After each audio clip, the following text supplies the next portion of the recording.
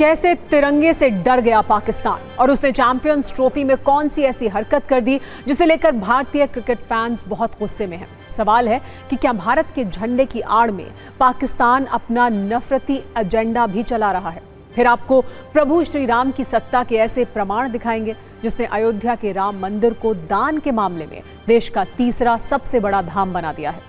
700 करोड़ वाले इस number game में श्रद्धा की ऊंची ऊंची लहरें हैं जो रामलला के दरबार से उठी हैं। फिर दिल्ली की यमुना नदी पर झागदार सियासत भी देखिएगा जिसमें राजनीतिक दलों की क्रेडिट लेने वाली रेस है। यमुना की सफाई का एक्शन प्लान क्या है और 6,800 करोड़ के घोटाले वाले आरोपों की कहानी क्या है, इस पर आज हमने एक शुद्ध और स्वच्छ राजनीतिक कुंजी तैयार की है। वैसे दिल्ली की सत्ता से जुड़ी एक और बड़ी खबर है। बीजेपी का सीएम फेस कौन होगा, इस पर सस्पेंस अभी तक बना हुआ है, लेकिन खबरों के अनुसार दिल्ली में शपथ की तारीख आ गई है। 19 फरवरी को विधायक दल की बैठक होगी और 20 को रामलीला मैदान में शपथ समारोह भी होगा। इस वक्त एक कलेश ओवरसीज कांग्रेस के अध्यक्ष सैम पित्रोदा के चीन वाले बयान पर भी है।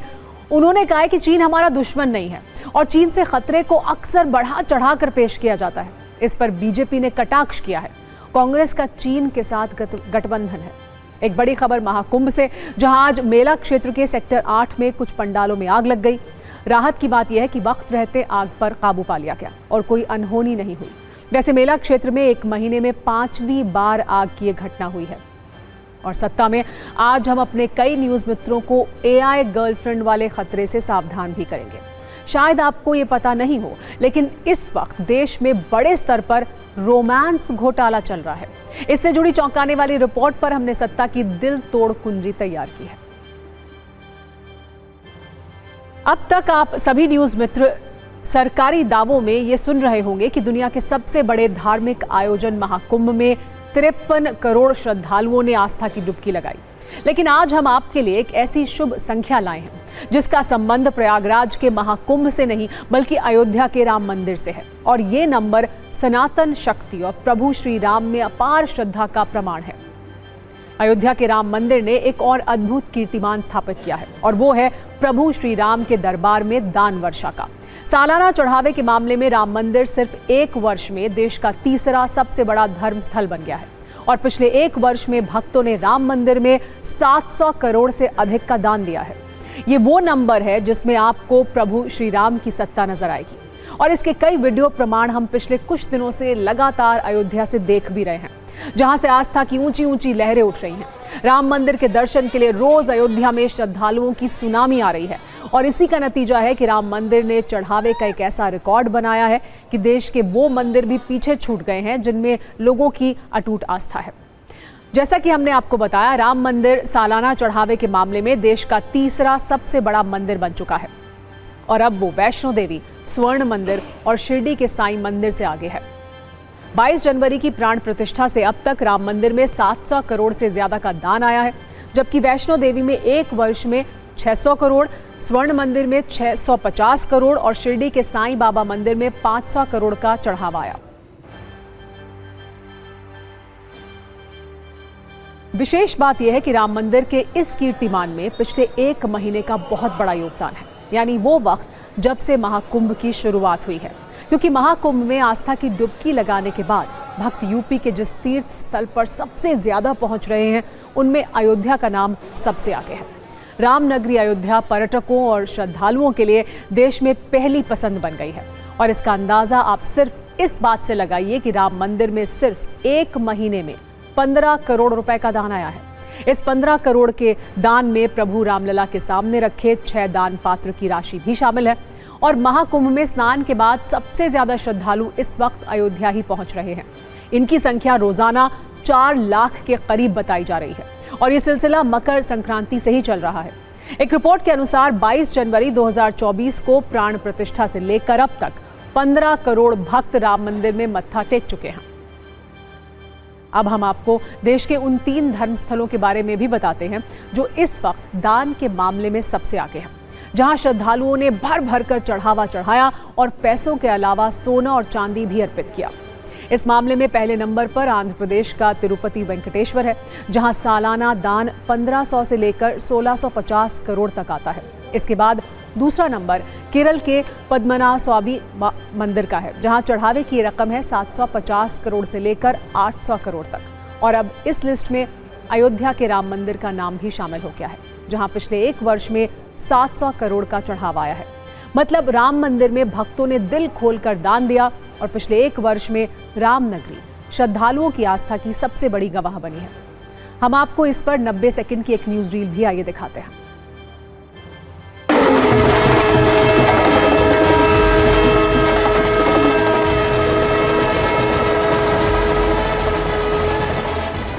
कमाई के मामले में शिरडी साईं मंदिर और माता वैष्णो मंदिर को राम मंदिर ने पीछे छोड़ दिया है। भारी तादाद में श्रद्धालु रामलला को पैसे दान कर रहे हैं। ऐसे में एक दिन में कम से कम रामलला को 35 से 40 लाख रुपए दान में मिल रहे हैं।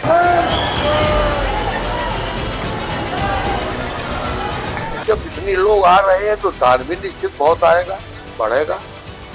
और अनुमान हमारा है कि हमारे पास लगभग 10 लाख रुपया जो है दान अपकट पर से और 15 से 20 लाख रुपया दान पात्रों में इस पर आना हुआ।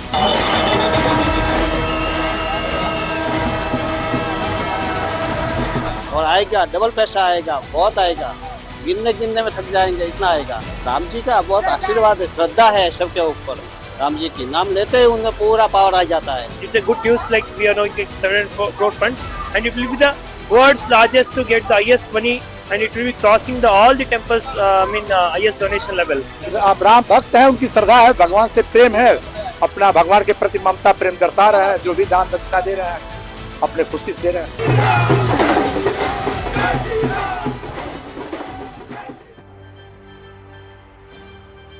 भारत की राजनीति में सामान्य चलन यह है कि राजनीतिक दल चुनाव जीतने के बाद वादों को टालने के तरीके तलाशते हैं। लेकिन दिल्ली में एक नई बात देखने को मिल रही है। बीजेपी ने चुनाव से पहले वादा किया था कि अगर दिल्ली में उनकी सरकार बनी तो यमुना साफ की जाएगी और सुंदर रिवर फ्रंट बनाया जाएगा। अभी सरकार बनी नहीं और यमुना नदी में बड़ी बड़ी मशीनें दिखने लगी हैं और दावा यह किया जा रहा है कि उपराज्यपाल की अगुवाई में मशीन मोड में यमुना की सफाई का काम शुरू हो चुका है। यमुना नदी से कचरा निकालती हुई मशीनें दिख रही हैं। ऐसे में कुछ सवाल हैं। सवाल यह है कि क्या यमुना की मौजूदा सफाई तात्कालिक लाइट कैमरा वाला एक्शन है या लॉन्ग टर्म प्लान का हिस्सा है? अगर यमुना की सफाई लॉन्ग टर्म प्लान का हिस्सा है तो यह काम चुनाव से पहले शुरू क्यों नहीं हुआ?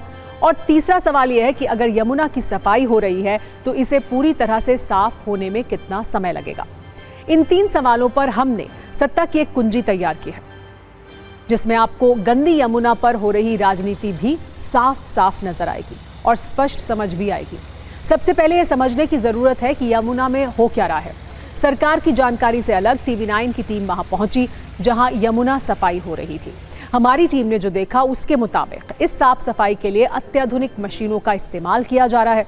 इनमें 4 स्क्रिमर मशीन है, 2 वीड हार्वेस्टिंग मशीन है, 1 DTU मशीन लगाई गई है। कुल मिलाकर 7 मशीनों से फिलहाल यमुना की साफ सफाई का काम शुरू किया गया है। यह काम दिल्ली के ITO और वासुदेव घाट से शुरू किया गया है। आपको बता दें, वासुदेव घाट पर यमुना आरती भी शुरू हुई है। सवाल यह है कि दिल्ली में अभी नई सरकार का गठन नहीं हुआ है, फिर भी इस तरह से काम कैसे शुरू हुआ? दरअसल उपराज्यपाल ने दिल्ली सरकार के वरिष्ठ अधिकारियों को इस बात का निर्देश दिया है कि समय रहते यमुना को साफ सुथरा किया जाए। इसके लिए 2 एक्शन प्लान बनाए गए हैं।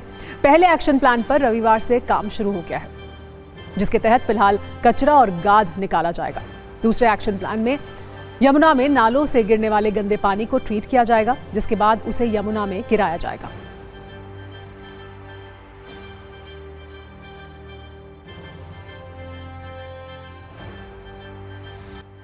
तो पहले एक्शन प्लान पर काम शुरू हुआ है। शुरुआत में वजीराबाद से लेकर ओखला तक यमुना नदी में फैले ठोस कचरे को बाहर निकाला जाएगा। रविवार को ये काम शुरू हुआ। दिल्ली में यमुना में कितना कचरा है अभी तक इसके बारे में कोई निश्चित आंकड़ा नहीं है। ऐसे में कचरे को निकालने में कितना वक्त लगेगा इस पर कुछ नहीं कहा जा सकता है। दूसरे एक्शन प्लान पर काम नई सरकार के गठन के बाद शुरू होगा, जिसके तहत बड़े और छोटे नालों के पानी को ट्रीट किया जाएगा। इसके लिए दिल्ली जल बोर्ड, दिल्ली नगर निगम, नई दिल्ली नगर निगम और दिल्ली विकास प्राधिकरण की एक टीम बनेगी जो मिलकर काम करेगी और ये काम लंबा चलेगा। जब तक नालियां साफ होती रहेंगी तब तक यमुना भी साफ रहेगी। अब सवाल यह है कि यमुना तो इतने वर्षों से गंदी थी, लेकिन ऐसा क्या हुआ कि चुनाव के बाद उपराज्यपाल एक्शन में आ गए? इसकी भी पूरी कुंजी हमारे पास है। आप पहले वो ग्राउंड रिपोर्ट देखिए जिसमें यमुना की सफाई हो रही है।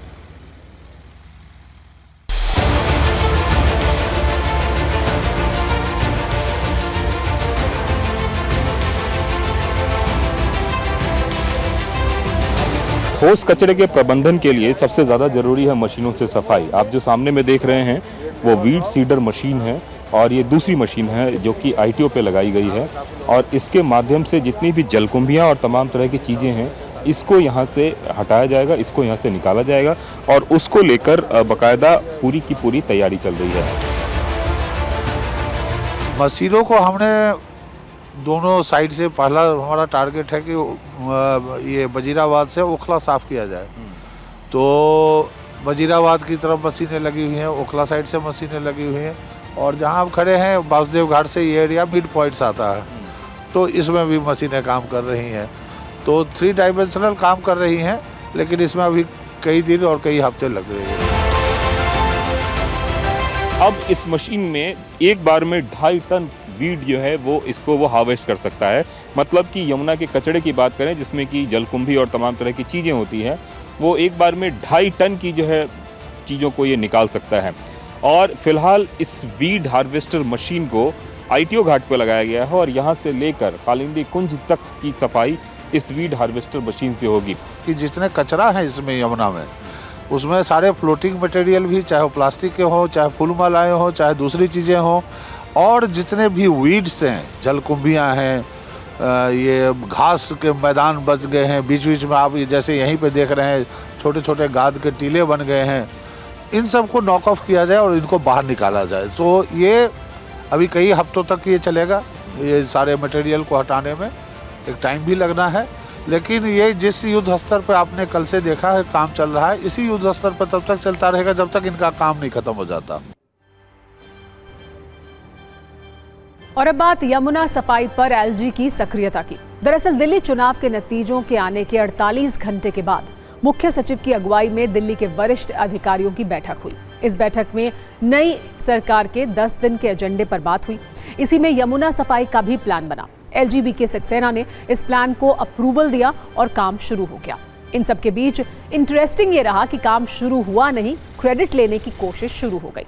कार्यवाहक CM आतिशी का कहना है कि बिजली ना आए तो सरकार आतिशी की, यमुना की सफाई हो तो नाम LG का लिया जाता है।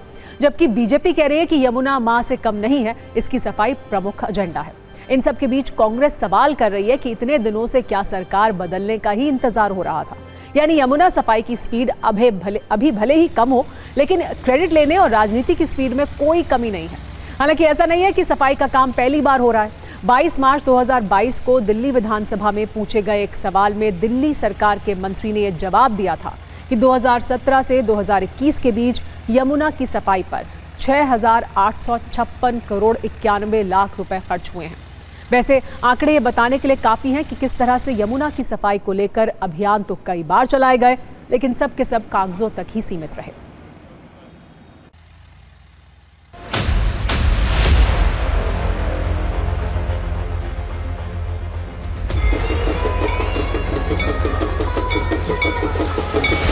जब उत्तम नगर, नवादा, संत नगर, बुराड़ी, त्रिलोकपुरी, संगम विहार, देवली में 3-3 घंटे, 4-4 घंटे बिजली जा रही है, तब भारतीय जनता पार्टी वाले कहते हैं नहीं नहीं नहीं, अभी तो आतिशी CM है। जब यमुना में कोई मशीन उतरती है तो कहते हैं नहीं नहीं नहीं, बीजेपी चला रही है सरकार, LG साहब चला रहे हैं सरकार। यमुना की सफाई, यमुना हमारे लिए माँ से कम नहीं है और इसीलिए यमुना की सफाई भाजपा सरकार का प्रमुख एजेंडा होगा। देखिए, दिल्ली में इस टाइम ना कोई CM है ना कोई कैबिनेट है, पर दिल्ली के LG अगर अभी ये काम कर पा रहे हैं तो निश्चित तौर से ये क्लियर हो गया कि ये गंदी राजनीति कर रहे थे और पहले काम जानबूझ के नहीं कर रहे थे या फिर हमें जानबूझ के रोक रहे थे। ये LG साहब अब सिर्फ इस रेस से बाहर ना रह जाएं, CM रेस से बाहर ना रह जाएं, क्योंकि गुटबाजी चल रही है, अपने नंबर बनाने के लिए ये ऑप्टिक्स कर रहे हैं। यमुना साफ होगी, यमुना रिवर फ्रंट बनेगा पूरे देश दुनिया के लोग देखने आएंगे, यमुना नदी के किनारे घूमने आएंगे। जिस तरह साबरमती रिवर फ्रंट गुजरात में है, उसी तरह दिल्ली में भी इसको बनाने की तैयारी हो रही है। मुझे ताज्जुब है, लेफ्टिनेंट गवर्नर साहब तो पहले भी थे, क्यों नहीं सफाई कराई? उनको पहले से क्या वो चाहते थे कि पिछली सरकार बदनाम होती रहे? अभी सरकार तो बनी नहीं है, अभी मुख्यमंत्री भी नहीं बना है, और लेफ्टिनेंट गवर्नर ने यमुना की सफाई का इंतज़ाम शुरू कर दिया है, सफाई शुरू कर दी है। यमुनोत्री से निकलकर यमुना नदी करीब 1400 किलोमीटर का सफर तय करके प्रयागराज के संगम में जाकर मिलती है। लेकिन दिल्ली में यमुना नदी की लंबाई करीब 22 किलोमीटर है। यमुना सबसे ज्यादा 70% गंदी वजीराबाद से ओखला के बीच ही होती है। कुल 18 बड़े नालों के जरिए 350 लाख लीटर से अधिक गंदा पानी और सीवेज सीधे यमुना में गिरता है। सबसे बड़ी बात यह है कि 2020 से 2024 के बीच यमुना नदी 2 दशक के बराबर प्रदूषित हुई है। यानी सिर्फ 4 वर्षों में यमुना इतनी गंदी हुई जितने पिछले 20 वर्षों में नहीं हुई थी। यमुना की गंदगी नई नहीं है, ये काफी वर्षों से गंदी है और इसकी सफाई का पहले भी प्लान बना है। कुछ काम भी हुआ और कुछ नतीजे भी आए। अगर पुरानी कोशिशों की बात करें तो 1993 में यमुना एक्शन प्लान शुरू हुआ। इसमें दिल्ली, उत्तर प्रदेश और हरियाणा के 21 शहर शामिल थे। 2002 तक इसमें कुल 682 करोड़ रुपए खर्च किए गए। इसके अगले 13 वर्षों में इस पर करीब 3200 करोड़ का खर्च हुआ। 2015 में केंद्र सरकार ने फिर से 1200 करोड़ रुपए दिए। आम आदमी पार्टी ने 700 करोड़ रुपए खर्च भी किए, लेकिन नतीजे के रूप में यमुना का पानी काला है। नदी में सफाई की इन तस्वीरों को देखकर आप साबरमती रिवर फ्रंट वाली उम्मीद करने लगे हैं तो आपको थोड़ा इंतजार करना पड़ेगा, क्योंकि दिल्ली सरकार के एक वरिष्ठ अधिकारी ने बताया है कि दिल्ली में यमुना पूरी तरह से काली हो चुकी है। इसका स्वरूप नाले में तब्दील हो गया है। ऐसे में इस नदी में पानी की गुणवत्ता को बदलने में अभी काफी समय लगेगा। जानकारी के मुताबिक ये एक सतत चलने वाली प्रक्रिया है, जिसमें समय के साथ साथ बेहतर मैनेजमेंट की भी जरूरत है। दिल्ली में अलग अलग एजेंसियां हैं, उन्हें साथ मिलकर काम करना होगा, तभी उम्मीदों के अनुरूप सफलता मिल सकती है। वैसे एक वक्त था जब लंदन की टेम्स नदी की स्थिति आज की यमुना की तरह थी, या यूं कहें कि उससे भी खराब थी। 1858 में तो टेम्स नदी को एक तरह से मृत नदी घोषित कर दिया गया था। इसके बाद वहां की सरकार ने सीवेज ढांचे में भारी निवेश किया और प्रदूषण से निपटने के लिए कड़े कदम उठाए। 50 साल तक सीवेज ट्रीटमेंट और उसे नदी में जाने से रोकने का नतीजा ही था कि टेम्स के पानी की गुणवत्ता सुधरी, लेकिन इसमें 50 वर्ष लगे।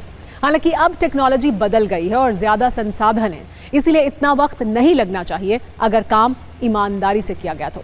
लेकिन समस्या यह है कि ईमानदारी डायनासोर की तरह विलुप्त है और यमुना की सफाई का कम हो रही है, जबकि सियासी झाग ज्यादा दिख रहा है। कांग्रेस हो, आप या बीजेपी, सब में नंबर बढ़ाने की भूख ज्यादा है। ये नंबर वाली भूख उसी तरह की होती है जिसमें काम कम किया जाता है और क्रेडिट भरपूर लिया जाता है। इस प्रजाति के लोग आपको हर दफ्तर में भी देखने को मिल जाएंगे। लेकिन इस मानसिकता से यमुना की सफाई जैसे बड़े काम करना असंभव होता है। इसीलिए माइंडसेट यानी सोचने का तरीका बदलने की जरूरत है। सत्ता में अब उन न्यूज मित्रों के लिए बहुत जरूरी खबर जो सोशल मीडिया या किसी ऐप के जरिए डेटिंग करते हैं, क्योंकि एक रिपोर्ट के अनुसार इंटरनेट पर साथी ढूंढना खतरे से खाली नहीं है, क्योंकि इससे ना तो सिर्फ आपका दिल टूटेगा बल्कि आपकी जेब भी खाली हो जाएगी। आप सभी न्यूज मित्रों ने देश में हुए बहुत सारे घोटालों के बारे में सुना होगा, जैसे बोफोर्स घोटाला, आईपीएल घोटाला, कॉमनवेल्थ घोटाला, चारा घोटाला, 2G स्पेक्ट्रम घोटाला और स्टॉक मार्केट घोटाला। लेकिन क्या आप जानते हैं कि देश में इस वक्त एक रोमांस घोटाला भी चल रहा है, और रोमांस घोटाले वाली इस टूल किट का सबसे बड़ा हथियार है AI यानी आर्टिफिशियल इंटेलिजेंस, जिसके जरिए AI गर्लफ्रेंड के फेक प्रोफाइल बनाए जा रहे हैं और लोगों को ठगा जा रहा है। दरअसल एक विदेशी एजेंसी मूडीज की रिपोर्ट आई है जिसमें बताया गया है कि भारत के लोग अब रोमांस घोटाले का शिकार बन रहे हैं। भारत तीसरा वो देश है जहां 2024 में रोमांस घोटाला तेजी से बढ़ा है। इस रिपोर्ट के अनुसार भारत में रोमांस घोटाले के लिए संख्या में तीसरे सबसे ज्यादा फेक प्रोफाइल बनाए गए हैं। इस मामले में अमेरिका पहले नंबर पर है जहां 38% फेक प्रोफाइल बने हैं। दूसरे नंबर पर नाइजीरिया है, जबकि तीसरे नंबर पर भारत है जहां 12% फेक प्रोफाइल्स बनाए गए हैं। इस रोमांस घोटाले में AI गर्लफ्रेंड के प्रोफाइल बनाकर ठगी की जाती है। इसीलिए हम आपको कुछ तस्वीरें दिखाने जा रहे हैं जिन्हें आप गौर से देखिएगा, क्योंकि हो सकता है इनमें से किसी तस्वीर के जरिए आपको भी कोई फ्रेंड रिक्वेस्ट आई हो या फिर वीडियो कॉल आया हो, लेकिन इन्हें पहचान लीजिए क्योंकि इनमें से कोई भी तस्वीर असली नहीं है, बल्कि ये सारी तस्वीरें आर्टिफिशियल इंटेलिजेंस द्वारा तैयार की गई हैं और साइबर ठग भी ऐसा ही कर रहे हैं। मतलब आप अगर इस घोटाले का शिकार बन गए तो न सिर्फ आपके साथ पैसों की ठगी हो सकती है, बल्कि विश्वास की भी ठगी और भावनाओं की भी ठगी की जा सकती है। अब हम आपको ये भी समझाते हैं कि आखिर ये रोमांस घोटाला है क्या। इसमें साइबर ठग एआई गर्लफ्रेंड की नकली प्रोफाइल बनाते हैं। प्रोफाइल में एआई से बनी तस्वीरों का इस्तेमाल किया जाता है। एआई गर्लफ्रेंड के 5 से 15 सेकंड के बोल्ड वीडियो बनाए जाते हैं। इसके बाद लोगों से सोशल मीडिया पर दोस्ती बढ़ाई जाती है। फिर शिकार को भावनात्मक रूप से जाल में फंसाया जाता है। इसके बाद साइबर ठग लव बॉम्बिंग जैसी तकनीक का इस्तेमाल करते हैं। झांसे में आने पर वीडियोस की संख्या अचानक से बढ़ा दी जाती है। फिर जीने मरने की कस्मों वाले मैसेज फोटो के साथ भेजे जाते हैं। भरोसा पक्का होने पर पैसों की मांग की जाती है। कभी कभी इमरजेंसी बताकर पैसों की डिमांड होती है और पैसे मिलने के बाद अचानक से ब्रेकअप कर लिया जाता है और फिर ये फेक रोमांस घोटाले का रूप ले लेता है। अब इस पर भी गौर करिएगा कि आखिर रोमांस घोटाले के जरिए साइबर ठग एआई गर्लफ्रेंड बनाकर किन लोगों को शिकार बनाते हैं। एक्सपर्ट्स के अनुसार स्कैमर्स सबसे पहले भावनात्मक रूप से कमजोर लोगों को टारगेट करते हैं। वो लोग भी साइबर ठगों के रडार पर होते हैं जो मीठी मीठी बातों से पिघल जाते हैं। अगला शिकार वो लोग होते हैं जिनका हाल ही में दिल टूटा हो, यानी गर्लफ्रेंड के साथ उनका ब्रेकअप हुआ हो। और इसके अलावा तलाकशुदा लोगों को भी इन साइबर ठगों के द्वारा रोमांस घोटाले का शिकार बनाया जा रहा है। मूडीज की रिपोर्ट में एक चौंकाने वाला दावा यह भी किया गया है कि 77% भारतीयों ने किसी न किसी रूप में नकली डेटिंग प्रोफाइल या एआई जनरेटेड तस्वीरों का सामना किया है। इसके अलावा मैकफी की एक रिपोर्ट के मुताबिक 39% भारतीय ऑनलाइन डेटिंग करने वालों ने स्वीकार किया कि उनके साथ बातचीत करने वाला व्यक्ति असल में एक स्कैमर निकला, जबकि 26% लोगों ने यह महसूस किया कि वो असल में किसी इंसान से नहीं बल्कि एआई जनरेटेड किसी व्यक्ति से बात कर रहे थे। यानी साइबर अपराधी नई तकनीकों का इस्तेमाल कर लोगों की भावनाओं से खेल रहे हैं और उन्हें ठगी का शिकार भी बना रहे हैं। रोमांस स्कैम सिर्फ पैसों की ठगी तक सीमित नहीं है, बल्कि ये लोगों की भावनाओं और आत्मविश्वास को भी चोट पहुंचाता है। इसीलिए सतर्क रहें और ऑनलाइन डेटिंग में पड़ने से पहले पूरी जांच पड़ताल जरूर कर लें। सामान्य तौर पर लोग सुबह बड़े आराम से उठते हैं। कई बार बिस्तर छोड़ने में भी उन्हें समय लगता है, लेकिन दिल्ली वालों के लिए आज गुड मॉर्निंग बड़ी झटकेदार रही। लोगों की सुबह ऐसी डरावनी हुई कि वो बिस्तर से उठकर सीधे घर से बाहर भागे और फिर राहत की सांस ली। दरअसल सुबह करीब 5:36 पर अचानक तेज आवाज के साथ पूरी दिल्ली हिलने लगी। दिल्ली में भारी भूकंप आया था। रिक्टर पैमाने पर इसकी तीव्रता 4 थी और इसका केंद्र धौला कुआं के पास जमीन के अंदर 5 किलोमीटर नीचे था। दिल्ली सेस्मिक जोन 4 में आता है, यानी ज्यादा भूकंप वाले इलाके में आता है। यहाँ भूकंप आते भी रहते हैं, लेकिन भूकंप का केंद्र दिल्ली में कम ही होता है। आज जो भूकंप आया उसका केंद्र दिल्ली में ही था। यही कारण है कि रिक्टर पैमाने पर इसकी तीव्रता मात्र 4 थी। फिर भी झटके जोरदार थे और गड़गड़ाहट की आवाज भी थी। इस जोरदार झटके के बीच राहत की बात यह थी कि नुकसान ज्यादा नहीं हुआ। कुछ जगहों पर पेड़ उखड़ गए, लोग डर गए, लेकिन सवाल यह है कि भूकंप का केंद्र दिल्ली में होने का मतलब क्या है। दरअसल सेस्मिक जोन 4 में आने वाले भारत के सभी बड़े शहरों की तुलना में दिल्ली में भूकंप की आशंका सबसे ज्यादा है। मुंबई, कोलकाता, चेन्नई और बेंगलुरु जैसे शहर सेस्मिक जोन 3 की श्रेणी में आते हैं। दिल्ली के साथ संकट यह है कि वो हिमालय के करीब भारत और यूरेशिया जैसी टेक्टोनिक प्लेटों के मिलने से बना है और इसे धरती के भीतर की प्लेटों में होने वाली हलचल का खामियाजा भी भुगतना पड़ सकता है। एक अनुमान के मुताबिक दिल्ली की 70% से 80% इमारतें भूकंप का औसत से बड़ा झटका झेलने के लिए तैयार नहीं है। पिछले कई दशकों के दौरान यमुना नदी के पूर्वी और पश्चिमी किनारों पर बनी इमारतों को लेकर बहुत ज्यादा चिंता है, क्योंकि अधिकांश इमारतों के बनने के पहले मिट्टी की पकड़ की जांच नहीं की गई। ऐसे में अगर दिल्ली में भूकंप का केंद्र बनता है तो स्थिति खतरनाक हो सकती है। भूकंप को रोका तो नहीं जा सकता है, पर भूकंप झेलने की क्षमता वाले मकान बनाकर सुरक्षित जरूर हुआ जा सकता है। फिलहाल ना तो दिल्ली में यमुना किनारे की अवैध कॉलोनियों में रहने वालों के लिए और ना ही सरकार के लिए, दोनों में से किसी की प्राथमिकता यह है ही नहीं।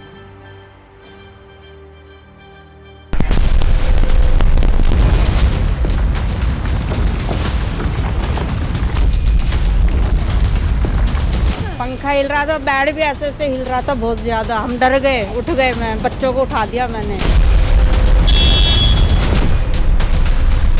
बहुत ही तेज था, आज तो बहुत ही तेज था, सच बहुत ही तेज, मतलब फैन हिला, घर में हिला। हाँ, हम तो बेड भी हिल रहा था साथ साथ में। बेड भी हिल रहा था। हाँ, बहुत ही तेज था। मैं उठ रही थी, मैंने ड्यूटी के लिए चले और एकदम ही मैं फिर वही के वही रुक गई। बच्चे भी ऐसे घबरा गए, सुबह सुबह बहुत ज्यादा घबराहट हो गई थी सुबह। इस जगह पर देखिए भूकंप का इम्पैक्ट भी देखने को मिल रहा है। ये पेड़ जो कि कल तक यहाँ पर खड़ा था, ये गिरा है भूकंप के इम्पैक्ट की वजह से। देखिए जड़ से किस तरीके से उखड़ चुका है ये पेड़ और यहाँ पर गिरा है। ये ताज़ा जो इम्पैक्ट है भूकंप का, ये यहाँ पर देखने को मिल रहा है। तो जो एपी सेंटर की बात बताई जा रही थी वो यहाँ पर सही साबित हो रही है। मैं स्विमिंग कर रहा था उस टाइम पे। हाँ, बहुत ज़्यादा, यानी इतना भूकंप आया, यानी मेरे शीशा भी हिल रहा था सामने।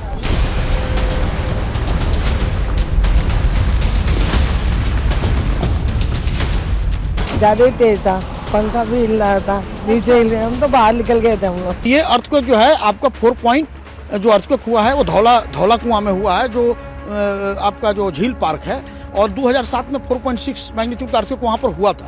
तो इसलिए ये बहुत से अर्थक्वेक, 420 अर्थक्वेक 1990 से उस जोन में हो रहा है, और इसलिए इसे कोई नई, इसमें कोई घबराने का नहीं है। ये सेस्मोजेनिक जोन है वहाँ। प्लेट कोलिजन जो है वो हिमालयन के बेल्ट में यहाँ से 300 से 400 किलोमीटर दूर है। कोई जो वोल्केनिज्म नहीं है, कोई प्लेट सबडक्शन नहीं है, प्लेट कोलिजन नहीं है। इन सिटू मटेरियल हेट्रोजेनिटी से हुआ, जैसे कि सब सरफेस जहाँ पर रॉक मटेरियल है उसमें कोई वीक हेट्रोजेनिटी, जैसे कि पानी हुआ या फ्लूइड हुआ, उसे यदि करके कोरोड करता है तो रॉक वीक होकर टूट जाता है। तो ये टूटना लाजमी था। 4 पर टूट गया तो अच्छा है, क्योंकि 4.6 तक टूटा है वो रीजन, तो आज 4 पर टूटा है। थोड़ा सैलो था 5 किलोमीटर, इसलिए परसेप्टेबल शेकिंग था। देश में आजकल परीक्षा का मौसम है। सीबीएसई और अलग अलग बोर्ड्स की परीक्षाएं शुरू हो गई हैं। ऐसे में कई बार छात्रों को परीक्षा केंद्र पहुंचने में देर भी होती है। देर ना हो और समय से पहुंच जाएं, इसके लिए वो अलग अलग तरीके अपनाते हैं। मसलन बाइक से चले जाना, जाम की स्थिति में पैदल चले जाना। लेकिन क्या आपने उड़कर परीक्षा देने वाले छात्र की कहानी सुनी है? हाँ, उड़कर, प्लेन के जरिए नहीं बल्कि पैराग्लाइडिंग करते हुए। यह अनोखा मामला महाराष्ट्र के सतारा का है। 20 वर्ष के एक छात्र समर्थ महागड़े ने परीक्षा सेंटर पर पहुंचने के लिए पैराग्लाइडिंग का सहारा लिया। समर्थ महागड़े बीकॉम फर्स्ट ईयर के स्टूडेंट हैं। वो एक गन्ने के रस की दुकान के केंद्र में काम कर रहे थे। 2 बज रहे थे। उन्हें अचानक ध्यान आया कि 2 बजे उनकी परीक्षा है। वो जिस जगह पर थे वहां से परीक्षा सेंटर करीब 12 किलोमीटर दूर था। वैसे तो 12 किलोमीटर 15 मिनट में पहुंचा जा सकता है, लेकिन छुट्टी का दिन होने के कारण उस इलाके में टूरिस्ट बहुत ज्यादा थे। पंचगनी और महाबलेश्वर का सह्याद्री घाट बेहतरीन टूरिस्ट पॉइंट है, जिसके कारण भारी ट्रैफिक भी था। समय कम और परीक्षा छूटने का डर बढ़ता जा रहा था। तभी समर्थ को उसके टीचर ने सलाह दी कि वो पैराग्लाइडिंग करते हुए परीक्षा केंद्र के करीब पहुंच जाए और वहां से एग्जाम देने चले जाएं। समर्थ के टीचर ने तय किया कि वो उसे पैराग्लाइडर से छोड़ेंगे। समर्थ महागड़े ने पहले कभी पैराग्लाइडिंग नहीं की थी। इस वक्त की बड़ी खबर TV9 भारतवर्ष की खबर का असर हुआ है। शहजादी जीवित है, जेल में है। MUA की तरफ से जानकारी दी गई है। सुबह TV9 पर शहजादी के माता पिता ने इंसाफ की गुहार लगाई थी। 15 फरवरी 2 बजे तय था फांसी का वक्त।